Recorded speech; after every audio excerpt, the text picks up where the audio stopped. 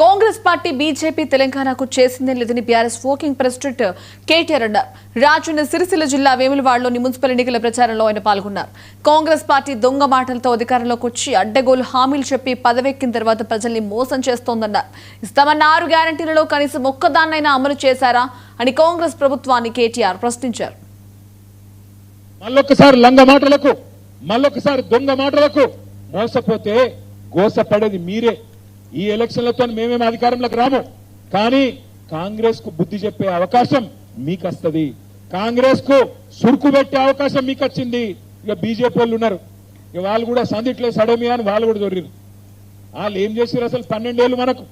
ఇప్పుడు గుడికాడ బిచ్చగాళ్ళు ఉంటారు, రాజన్న గుడికాడ బయట బిచ్చగాళ్ళు ఉంటారా?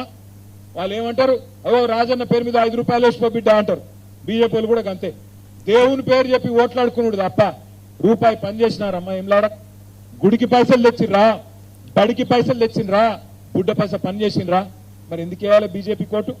ఒకడేమో మోసం చేసిన పార్టీ, ఇంకొకడేమో రూపాయి దేని పార్టీ. ఒకడేమో ఢిల్లీకి సంచులు మోసే పార్టీ, ఇంకోడేమో ఢిల్లీ వాళ్ళ చెప్పులు మోసే పార్టీ. దానికోసమా మనం ఓటేసేది? మనోళ్ళకి ఎట్టి పనికైనా మట్టి పనికైనా మనోడు ఉండాలి.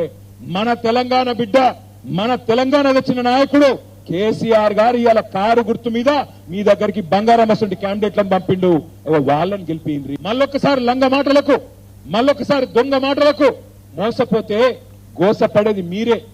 ఈ ఎలక్షన్లతో మేమేం అధికారంలోకి రాము, కానీ కాంగ్రెస్ కు బుద్ధి చెప్పే అవకాశం మీకు వస్తుంది. కాంగ్రెస్ కు సురుకు పెట్టే అవకాశం మీకు వచ్చింది.